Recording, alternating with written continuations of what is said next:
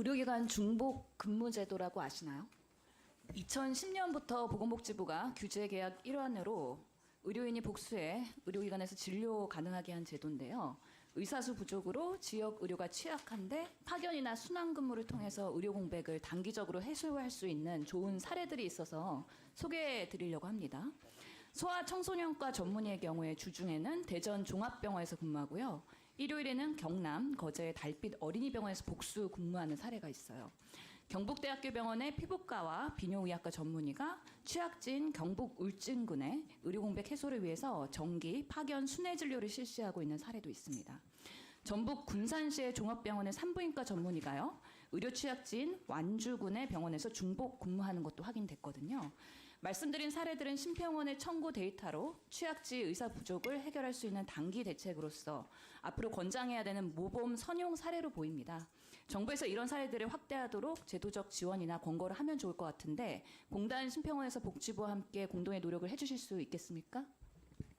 예, 이 뭐 좋은 제도라고 생각합니다. 예, 네. 이사님도? 네. 예. 비대면 진료로 악화된 의료 쇼핑에 대한 질의를 하겠습니다. 작년에 의료과잉 상위 10개 사례를 뽑아봤어요.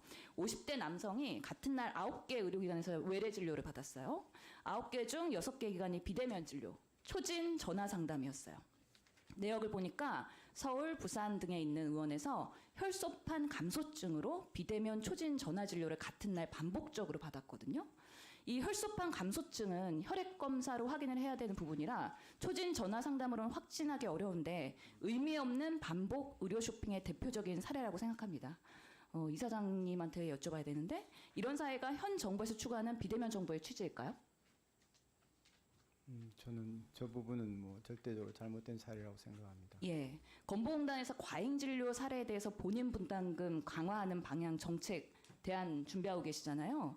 이게 대면 진료만으로도 의료 과잉이 상당한데 비대면 진료까지 전복하면 상당한 건보 재정에 무리가 가고 결국 우리 국민들한테 부담으로 다가오기 때문에 비대면 진료에 제대로 된 규제, 과잉 진료에 대한 단호한 대책, 그리고 국민들에게 올바른 의료 이용을 하기 위한 지역사회 주치 같은 지역 진료 강화 방향으로 정책이 나아가야 된다고 생각하는데 이사장님 동의하세요? 예, 비대면 진료는 차분하게 다시 잘 살펴가면서 가야 된다고 생각합니다. 예, 점진적으로 설계가 필요하기 때문에 국회와의 소통이 필요합니다. 혹시 한국인의 사망률 1위가 뭔지 아세요? 두 분 중에 아시는 분. 사망률 1위. 암이죠. 그렇습니다. 중입자 치료 급여에 대한 질인데요. 반년 전에 국내에 중입자 치료가 최초로 도입됐어요. 중입자 치료는 방사선 치료의 일환인데 기존 방사선 치료보다는 암세포에 강력한 효과가 있고 주변 정상 조직의 손상이 최소화되기 때문에 암 환자들의 치료율 개선에 큰 기대를 모으고 있습니다. 전립선 암으로 시작해서 이제 앞으로 다양한 암종에도 확대될 계획이고 서울대 아산병원에서도 설치 도입을 준비하고 있습니다. 문제는 비용인데요. 원장님, 12번의 방사선 치료가 5천만 원이란 본인 부담으로 암 환자가 경제적 상태에 따라서 차별적으로 치료를 받을 수밖에 없는 현실의 벽이 있거든요. 앞으로 급여화 추진 계획에 대해서 언제쯤 급여화 가능할지 심표정 원장님의 답변 부탁드립니다. 예, 이 다른 장비에 비해서 고가이고 효과가 뭐 좋다는 거는 지금 나와 있는데 현재는 지금 제가 알기로는 전립선암에만 일단 시행을 하고 추가 확대할 거라고 생각이 됩니다. 예, 급여의 빠른 그거에 진행을 대한 거는 이제 그 임상적 타당성과 유용성이 있으면 아직까지 신청이 안 돼서 모르겠는데 되면은 가급적 검토를 적극적으로 해보겠습니다. 예, 빠르게 도입 부탁드립니다. 원장님, 비만은 만성 질환인가요?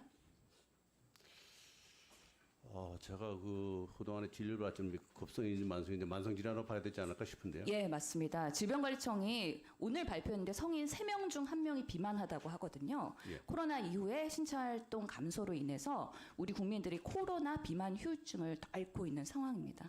최근에 대한비만학회에서 비만치료 급여화 확대를 요구했어요. 고도비만 수술 급여만 뿐만 아니라 비만을 만성질환으로 인정하고 환자의 진료 상담 교육, 검사, 약물치료 이런 부분에 대해서 급여화해서 국가가 비만 진료의 책임을 강화해야 한다. 원장님 어떻게 생각하시나요? 사후 이 관리비도 많이고 치료비도 많이 들기 때문에 사전에 조금 일찍 조기 치료하는 게 좋다고 보고요, 저도. 다만 이제 그 등급에 따라서 어떻게 그 급여 정책을 펼치는 복지부하고 한번 협의해 보겠습니다.